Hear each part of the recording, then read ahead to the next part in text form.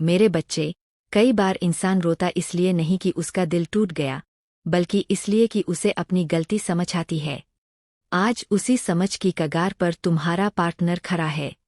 वह रोएगा, बेचैन होगा, लेकिन उसकी बेचैनी प्रेम से ज्यादा खोने के डर से होगी। और यह डर वही है जो उसके अहंकार को जकड़ लेगा। अब ध्यान से सुनो, अगला अध्याय शुरू हो चुका है। पर्दे के पीछे की लड़ाई अब सामने आएगी। तुम्हारे पार्टनर के भीतर दो आवाजें चल रही है। एक आवाज कहती है, वापस जाओ, उसे मत खो। दूसरी आवाज कहती है, क्यों झुको, अपनी बात मनवाओ। यही दो आवाजें उसे तोड़ रही है। क्योंकि सच यह है कि प्रेम सिर झुकाता है, अहंकार सिर उठाता है। और कभी कभी इंसान प्रेम और अहंकार के बीच फंसा रहकर अपनी किस्मत का नाश कर देता है। तुम्हारा पार्टनर अब उसी मोड़ पर खड़ा है। अब जो होगा वह दिव्य न्याय होगा। मैं माँ काली हूँ। मैं न्याय से पहले संकेत देती हूँ। और संकेत अब शुरू हो चुके हैं। वह लोगों से अपने दर्द की कहानी नई तरह से बताएगा। खुद को सही, तुम्हें गलत साबित करने की कोशिश भी करेगा। कभी तुमसे प्यार की बात करेगा, कभी तंग करने की कोशिश करेगा, कभी चुप्पी रखेगा ताकि तुम टूट जाओ, कभी अचानक बहुत प्यारा बनकर सामने आएगा।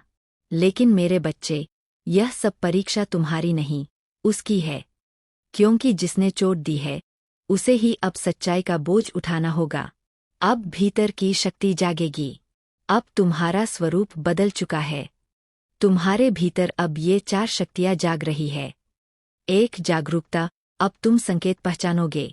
2 धैर्य, अब तुम जल्दबाजी नहीं करोगे। 3 आत्मसम्मान, अब तुम रोकर नहीं, निर्णय लेकर आगे बढ़ोगे। 4 सत्य का प्रकाश, अब तुम्हारे सामने लोग अपने असली रूप में आएंगे। ये शक्ति तुम्हें अकेला नहीं छोड़ेगी। अब वह मोड़ आने वाला है। बहुत जल्द। एक संदेश, एक कॉल या एक बात। जो वह बोलेगा, वही उसे बेनकाब करेगी। वह चाहेगा कि तुम उसे माफ कर दो, लेकिन वह यह भी चाहेगा कि उसका अहंकार बना रहे। यहीं पर उसका खेल टूटेगा। क्योंकि प्रेम और अहंकार एक साथ नहीं चलते। अब तुम देखोगे उसका अगला रूप।